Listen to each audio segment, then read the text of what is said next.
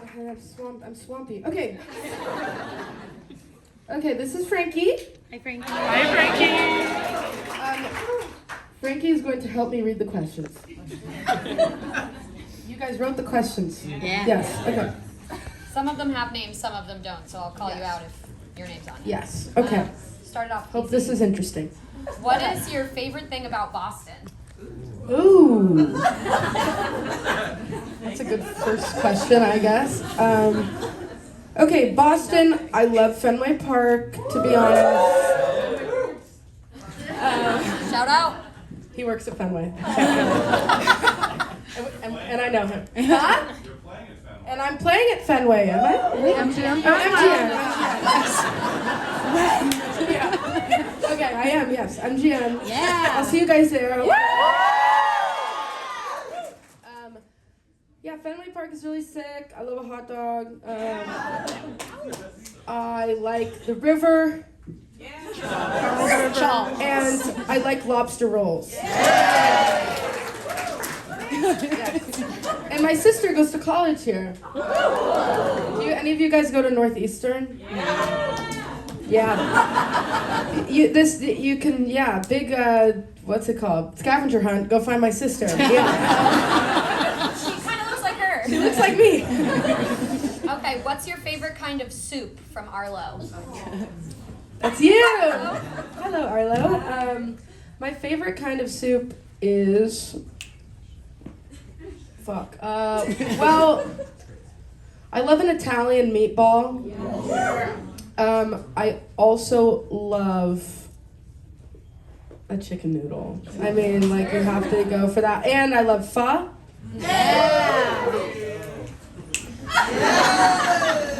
And I like chili.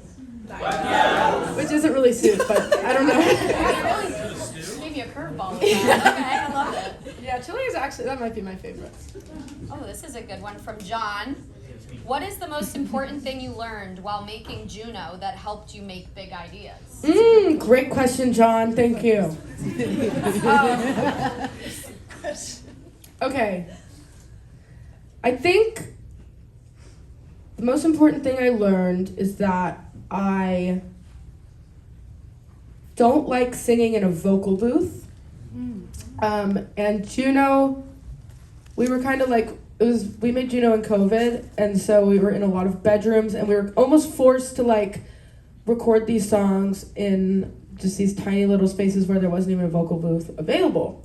So I started singing all of my vocals just to the PA, essentially blasting my song right at me. So if you were to solo my vocals out, you would just hear everything. Like, you'd hear my vocal, but you'd also just hear the whole song, which in a lot of engineers really do not like that. Because I think in today's society, there's something about everything being like really clean and polished. Like, everybody kind of likes that, but I really have, because I was kind of forced to, I've gone against that, but I've kind of kept that mentality going into making this album. And I think it's really helpful because, I mean, in the 60s and 70s, there was no isolation. There's nothing, everything was recorded live to tape. And that shit sounds so good and so raw and natural because it was all played together and everything's bleeding. So I really think it's important to let it bleed. Like, you gotta let it bleed. So I think that was probably the most important thing I learned making that album. Yes. This is a cute one for me Okay. personally. Can you explain the meaning behind "You're so patient with the animals too" in the song "Soup"? Yes.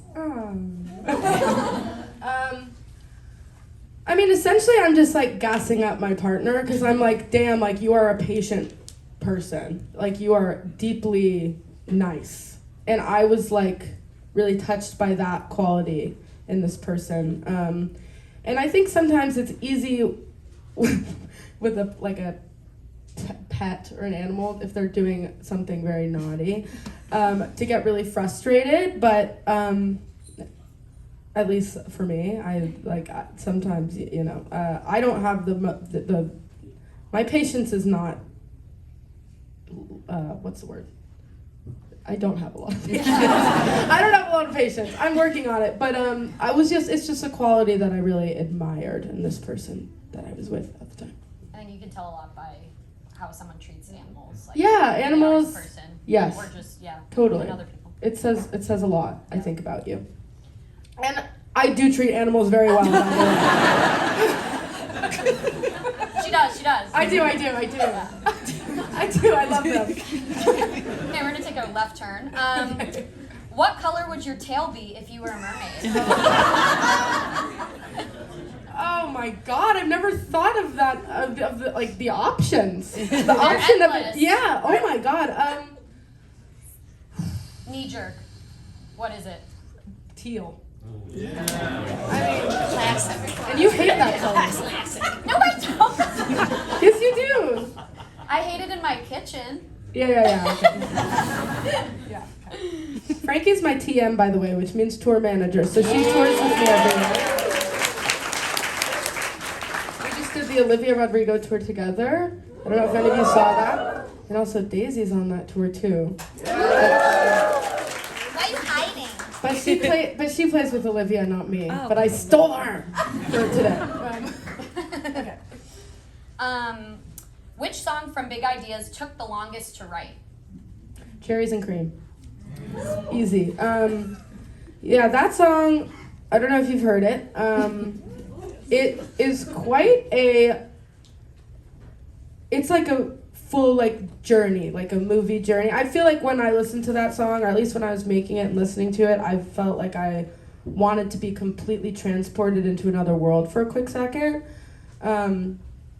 And I actually just watched Lord of the Rings for the first time, and I feel like it's kind of adjacent to a Lord of the Rings type I'm dead. I'm loving it so much. landscape, like the landscape of Cherries and Cream. It is like about Chicago, but the landscape is giving New Zealand. And that song took about 5 days of 16 hours a day working on that song. It was a very long, arduous process of really intense detail work. And if you listen to that song, I think there's another person, I read these questions before, there's another person that asked the question, they heard street sign noises. Did you ask that? That was me. In Yeah. Cherries and Cream, there were crosswalk sounds and a car honking. What led to them being in the track? From Sophia. Yeah. So there was a moment in the production of this song. Do you guys know the band The Books at all? Yeah. Anybody? Yeah? Okay. So The Books, they're this band who are super into collage production. So essentially they go out and find all these found sounds and field recordings, and then they make these insane sounding records that are just sometimes they'll be the car honking, or sometimes there'll be a little kid saying some really psychotic shit, and you're like, whoa. Also Beck does this a lot too. I don't know if you guys listen to Beck, but he does a lot of found sound work, and I was kind of inspired by that, but I was in New York, and I for some reason didn't want to go on my computer and go and search YouTube for 5 fucking hours. So I was like, I'm just gonna go out on the street and record sounds on my voice notes. So I just went around Washington Square Park and recorded stop signs and cars, not stop signs. I got it. Yeah, whatever. Yeah. So there's a little voice in there that says wait. Wait. And it's my favorite part of the song. So yeah, that's the story behind that. But yeah, that song took 5 days of really probably 100 hours went into that song. So, long. Kind of related. Yeah. This is from Lexi. Mm-hmm. Please tell us about the frogs. What's the inspo behind them? The frogs. Hi. Okay, so the frogs. That's a story. I will tell the story. That was the first song on the album I wrote, Frog Rock, and it was back in the beginning of 2022 in March, and I was hanging out with a friend of mine. His name is Jacob Collier. I don't know if you know who he is. And we were in Malibu together, and it was like sunset, and we were like, okay, let's go onto the beach. And we were coming from this mountain, and we were walking down this path on the mountain, and it was getting dark. And essentially, there's a point of the path where all we heard were just a symphony of frogs. It was just frogs, frogs, frogs everywhere, but we would pass them and they would go quiet. And then like it was just like frogs going quiet, and then we would stop, and then we could hear them start ribbiting again, and it was just really wild. I'd never heard so many frogs in my life. So essentially I was like, dude, I'm sorry, I have to stop and record this. So we stopped for a while until they all started going again, and I just like put my phone on the floor for like 2 minutes, and we just sat there and listened to the frogs. And the next day I went to a session with my friend Ethan and Jack, and I was like, yo guys, I recorded these frogs. Let's do something with the frogs. And so we made the song called Frog Rock, and the intro, like from the jump, the intro was the frogs that I had recorded the previous day with Jacob. And that's kind of how the whole frog theme started rocking for like 2.5 years. Because I just like, it just felt so important to like the start of this record. And yeah, that's what happened. That's what happened there. That's the story. That's my story. And like in the song, sorry, I can't stop talking. In the song, that's why I'm like Malibu couch. Like I was really trying to like tie in, and we were at this like insane house in Malibu as well. And the couches in Malibu that people have are like, people in Malibu are like really rich, but they're also pretending to be a hippie. So they'll have these like dilapidated leather couches that are super worn in, but you know that it was like a $30,000 couch. And so that was kind of, yeah, that was the inspo. Lots of Malibu, lots of frogs, lots of shit, yeah. This is from Connor, who is a music teacher. Do you have any advice for young beginners or gems of wisdom about singing and songwriting? Yeah, I think beginners, okay. I think learning an instrument that you can play at least somewhat proficiently in the beginning is really important, just to wrap your mind around how chords work and what chords you like. Because I think like chordal identity is really important. Like if you were to analyze my songs, a lot of the chord progressions are very similar. A lot of the keys are really similar. I do a lot of singing in E flat. I do a lot of singing in A flat, and I do a lot of singing in C sharp.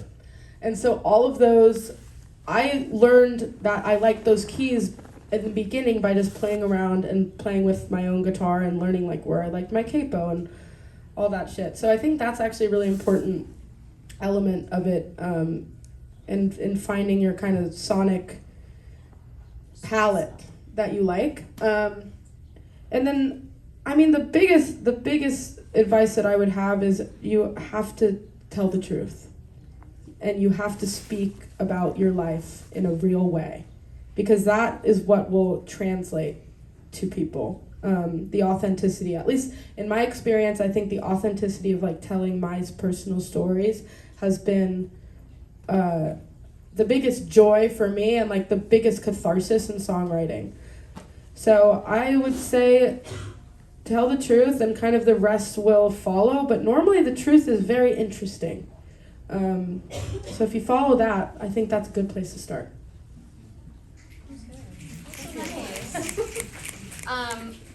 Kind of in this vein, from Addie, if you could delete an instrument from existence, which one would it be and why? Oh Lord. Okay, I feel like I'm gonna insult people with this. But we were talking about this, Daisy and I. We were talking about this because this is a hard question. I feel like every instrument really does have its own validity, except for maybe the viola. Because I think that you could delete the viola if you just added a fifth string onto a violin. And if you just did that, it'd be fine. That'd be great. But I don't want to. The viola sounds nice. except for if you are really bad at playing it. It sounds horrible. But I guess if there were to be an instrument to delete, it would probably be something in a really annoying string section. Sorry. Sorry, guys. I want to know the answer to this one. Okay. What are you most looking forward to on your upcoming tour? Touring with Frankie. No, yeah, that's for real. No, actually, the thing that I'm most excited about is being able to bring all these songs to life. Really, I mean, I'm gonna play with like the full ass band. I don't know if you guys have seen me before, but I've played with kind of a smaller band. Yeah, like a 4-piece. I think there's gonna be 8 people on stage for this tour, and one of like the biggest goals in my life that I've had for a really long time with my live show is having everything be entirely live. Which, hate to break it to you, there's lots of people that play with like tracks playing in the back, and it's honestly great. Like it makes the show sound really full and like really similar to the record. But I love to like experiment, kind of constantly. So my biggest goal is to create an environment where I can have this band and we can just like go crazy. And so hopefully that'll be exciting for you guys to watch, because it's gonna hopefully be exciting and not too difficult for me to execute. But yeah, I think that'll be very fun. We're really loving and snapping. Yeah. Thank you. What is your favorite tattoo you've gotten so far?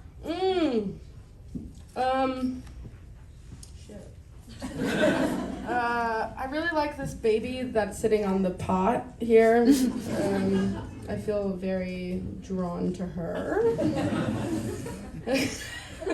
I love this guy, and I love her. And now they're forever on the album cover, so that's cool. And I actually just got this Grim Reaper on my leg recently. And that was cool because I'm kind of a tattoo nerd. I'm a bit of a nerd on the tattoo front. And we were in Copenhagen, and that design is from like the 1940s. And Copenhagen is a city that has like a lot of ports, and there's a lot of people coming in and out with boats and, I don't know, cannons or something. I don't know what they were transporting at the time. But there are traditionally, like, all these traditional tattoos that I have are like sailor tattoos that people would get before they went out to war or to transport cotton. I don't fucking know. But Yeah, probably both. yeah, tobacco. So yeah, this one is like a very traditional. What the fuck country is that? Copenhagen. Denmark. Danish. Denmark. Thank you. Denmarkian tattoo. You heard it here first. Oh God. Yeah. So I like that. I like that. Thank you for the question. I like that. Okay, Charlie, you gave us a few questions, but I'm just gonna hit us with one. Okay. What are What are the features of a perfect hat, right? Yeah. Okay, that's what I thought. I love it. I love that. Yeah, like dream hat. Dream hat. Yeah. I love hats. I have to say my favorite, probably my all-time favorite hat is a trucker, just a classic trucker, with a snapback, slight curve, some stitching. Ooh, yeah. Probably. Oh God, color. Probably honestly, red, white, and blue. Oh yeah, that's my hat. That's a great hat. That's like a close to perfect hat. I think that the only thing that would make it better is like a slight pop of color somewhere. That hat, it says Toro on it. I found it in Spain. The sexy villain hat, okay, that is the other thing. Yes, I love a camo hat. I actually have this hat that is also close to perfect. It says Buddy Ross on it. and it's camo, and I think if you guys have the album, there's a poster and me wearing it. So you'll see that. That's that hat. Oh, there you go. You drew it. Oh my god, it's beautiful. Holy shit. Sick. Thank you. Can I have it? Oh my god. Are we passing it up? Yes. I love the background too, so sick. I know, it's beautiful.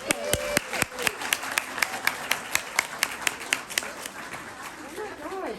Wow. Dude. Oh my god, the baby butt. Yeah. Wait, this is awesome. And I have, do I have face tattoos? Yeah. You had a beauty mark. Oh, that's my beauty mark. Here. Freckle? Are they freckles? It's just it's what we in the business call a stylistic choice. I respect it, Queen. Thank you. So yeah, this hat's really good. But you know, something that covers your face. If you're feeling shy, you pull it down a little bit. If you're feeling happy, nice, you tilt it up. It's a little sexy. Ooh, ow. Okay. Okay, I'm gonna give it the grand finale question here. Wrap it up. Okay. Are you good with this as our grand Yeah, finale? sure. Yeah. Thank you, Tony, for this. Craziest sex experience of your life. Hi. I meant to say like a la Toro, like was it what essentially what inspired Toro, but Yeah, I can tell. Yes. That's so wide. Yeah, so Toro is inspired by plenty of real life experiences that I've had. But there's this one hotel in which I was in that had a like steam shower. Like you could put like steam setting, shower starts steaming up. And that was pretty fucking sick. Because you're just like so clean. And you can be fooling around, but you're clean. And then it allowed like a lot of sex to happen. Over and over and over. Maybe 5 times. Which is a lot. It was a 24-hour fuck fest, essentially. It was awesome. And I've actually done that many times in my life. Good for you. Thank you, bitch. Thank you.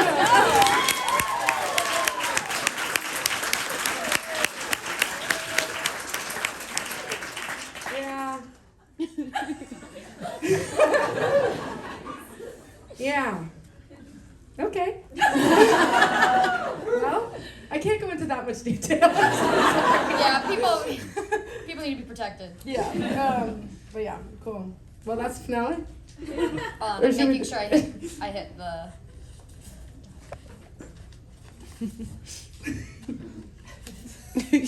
This isn't my day job, okay?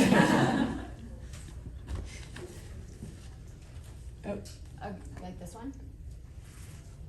Yes, this is a Okay. good closer. Okay, cool. We'll Okay. close it up here. Looking to the future, perhaps. Looking to the future. What do you look for in someone you collaborate with musically? That's your question. Thank you. What is your name? Abby and Jake. Gabby. Gabby and Jake. G and J. Okay, I think the most important thing for me is an openness and willingness to explore. And also a background in jamming and like performance, I think is really important for me personally, just because that's kind of my background. I came from playing in bands in high school, and essentially like funk jam bands is what I was really involved in. Did a lot of Battle of the Bands, lot of open mics, playing some funky music. I probably sounded like shit at the time, but it was very fun for me to just like, I was just freestyling, and that's kind of how I write my music as well, is just freestyling until something like clicks, and then as soon as it clicks, it kind of snowballs and happens really quickly, which is great. But I like working with people who kind of can mirror that energy with me, and then also aren't afraid to like get really experimental, and just like fuck around with sounds and lyrics and the whole shebang. And also, like, you have to be fun. If you're not fun, like, I really just don't want to be around you. And then we shouldn't be around each other then. So I like fun, kind, open, explorative, talented people. Yeah, you might need some talent. Yeah, I need some talent to back it all up. But yeah, that's what I like. And thank you guys so much for your questions. Yeah.